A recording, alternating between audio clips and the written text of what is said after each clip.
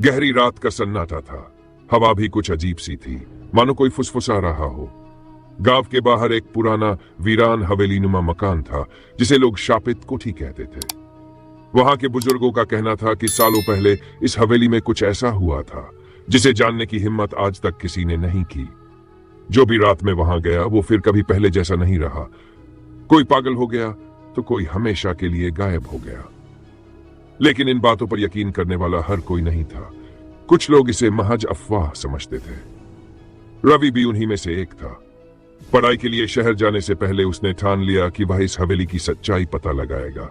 उसके दोस्तों ने उसे मना किया, लेकिन वह नहीं माना। एक रात टॉर्च और कैमरा लेकर वह उस हवेली की ओर चल पड़ा। रास्ता घने पेड़ों से ढका हुआ था। हर कदम पर लगता जैसे कोई पीछे पीछे चल रहा हो। लेकिन रवि ने अपनी धड़कनों को काबू में रखा और हवेली के अंदर दाखिल हो गया। अंदर घुप अंधेरा था। दीवारों पर समय की मार साफ दिख रही थी। अचानक हवा का एक तेज झोंका आया और दरवाजा जोर से बंद हो गया। रवि का दिल तेजी से धड़कने लगा, लेकिन उसने खुद को संभाला और आगे बढ़ा। तभी उसे एक हल्की सरसराहट सुनाई दी। उसने टॉर्च घुमाई, पर वहां कुछ नहीं था। तभी उसकी नजर सामने के कमरे पर पड़ी, जिसकी दीवार पर किसी ने पुराने जमाने की भाषा में कुछ लिखा हुआ था। जैसे ही उसने उसे पढ़ने की कोशिश की, एक परछाई तेजी से उसके पीछे से गुजरी। अब उसका डर बढ़ने लगा था, लेकिन जिज्ञासा अभी भी बरकरार थी। वह धीरे धीरे आगे बढ़ा और एक टूटी हुई अलमारी के पास पहुंचा। अलमारी के दरवाजे पर गहरे नाखूनों के निशान थे, मानो किसी ने जबरदस्ती उसे खोलने की कोशिश की हो। जब उसने उसे उठाया और पढ़ना शुरू किया। यह किसी माधवराव नाम के व्यक्ति की डायरी थी, जो 100 साल पहले इसी हवेली में रहता था। लेकिन जो लिखा था उसे पढ़कर रवि के रोंगटे खड़े हो गए। अगर कोई ये पढ़ रहा है तो समझ लो कि वह अब खतरे में है। इस हवेली में जो रहस्य छिपा है उसे जानने वाला कभी बच नहीं सकता। रवि के हाथ से डायरी गिर गई। उसे महसूस हुआ कि कोई उसके बहुत करीब खड़ा है। उसने टॉर्च घुमाई, लेकिन इस बार रोशनी पड़ते ही एक डरावनी परछाई उभर आई। उसकी आंखें सुर्ख लाल थीं और चेहरा मानो धजला हो।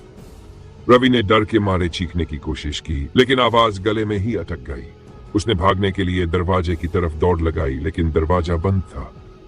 अचानक उसे अपने कानों के पास किसी की भारी सांसों की आवाज सुनाई दी। तू भी अब नहीं बचेगा। रवि का दिमाग सुन्न हो गया। उसने पूरी ताकत से दरवाजा धक्का दिया और किसी तरह बाहर निकलने में कामयाब रहा। वह पूरी रात भागता रहा, जब तक कि गांव नहीं पहुंच गया। अगले दिन जब लोगों ने उसे देखा तो वह बुरी तरह डरा हुआ था।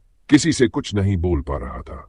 जब कुछ बुजुर्गों ने उसे शांत कर पूछा कि अंदर क्या देखा, तो उसके मुंह से सिर्फ एक ही बात निकली, वो सच में वहां है।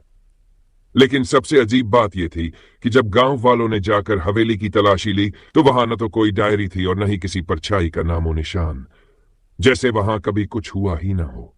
लेकिन रवि के बदले हाव भाव और आंखों में छिपी दहशत ने सबको सोचने पर मजबूर कर दिया कि आखिर सच्चाई क्या थी। क्या सच में वहां कोई रहस्य था, या फिर यह सिर्फ रवि का भ्रम था? पर जो भी हो, उस रात के बाद रवि फिर कभी पहले जैसा नहीं रहा, और उस हवेली की सच्चाई अब भी एक अनसुलझा रहस्य बनी हुई है।